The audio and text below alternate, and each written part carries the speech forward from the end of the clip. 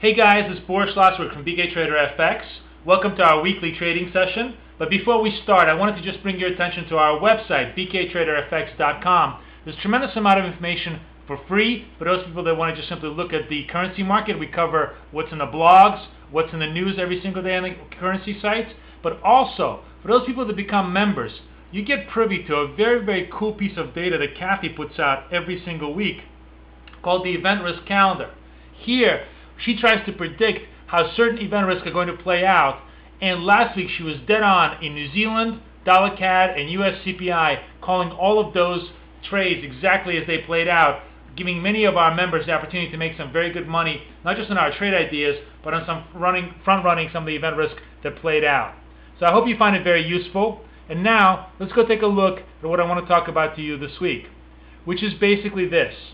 I wanted to pull back this week, and instead of looking at every single trade we've done, take a look at how the currency market actually really trades, so you can understand on a day-to-day basis what are the ebbs and flows of currency trade. Basically, the market is subdivided into three very distinct sessions, and if you understand the characteristics of each session, you're going to be very successful in being able to trade them.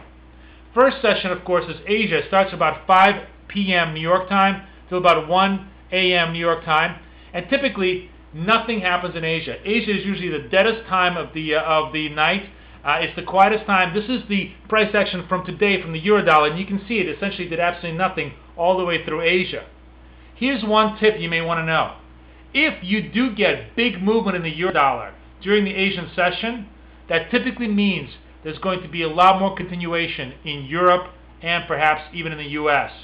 Last time that happened was when we had commentary from Chinese party member officials about diversifying away from the dollar. That spiked the euro dollar up, if you can remember, by about 40-50 points, and there was a tremendous amount of continuation from that point on, another 100 points actually, before the euro dollar topped out.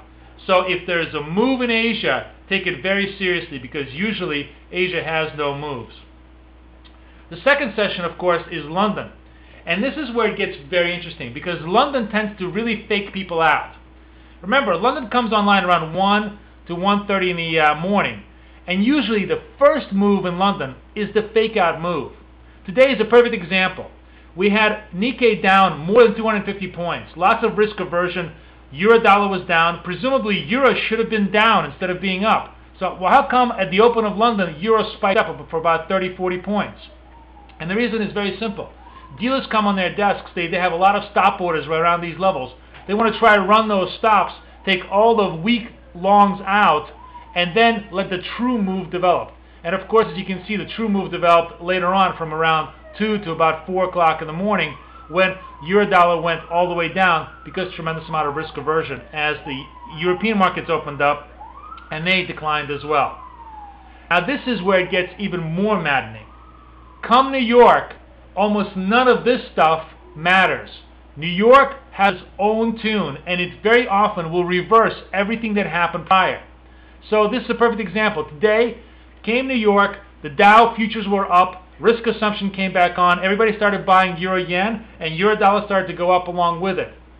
Add to that the TIX data today at around 9:30 was much more dollar negative or euro positive, whichever way you want to look at it, because it only came in at 26 billion, way below what we need in order to attract foreign capital. Raised all of these concerns, second month in a row, that money is flowing out of the United States. We're not attracting enough capital. Euro is becoming a de facto reserve currency of the world, and of course pushed euro all the way up, and the euro continues to stay up all the way through the end of the New York session. And this is a perfect example of just a typical day in the currency market. This is why so many people get very, very whipsawed by it, because nothing up, down, up is a very typical type of price action that happens all the time. And unless you understand why these things go on, you can get trapped in all the wrong sides of the market. Anyways, I wish you the best of luck. Remember, this Wednesday night, November 21st, I'm going to be trading live in the BKTraderFx chat room. Everybody who wants to join me, please do so, and I will be happy to trade live with you. Please join us as members. Thanks a lot. Talk to you later. Have a great week.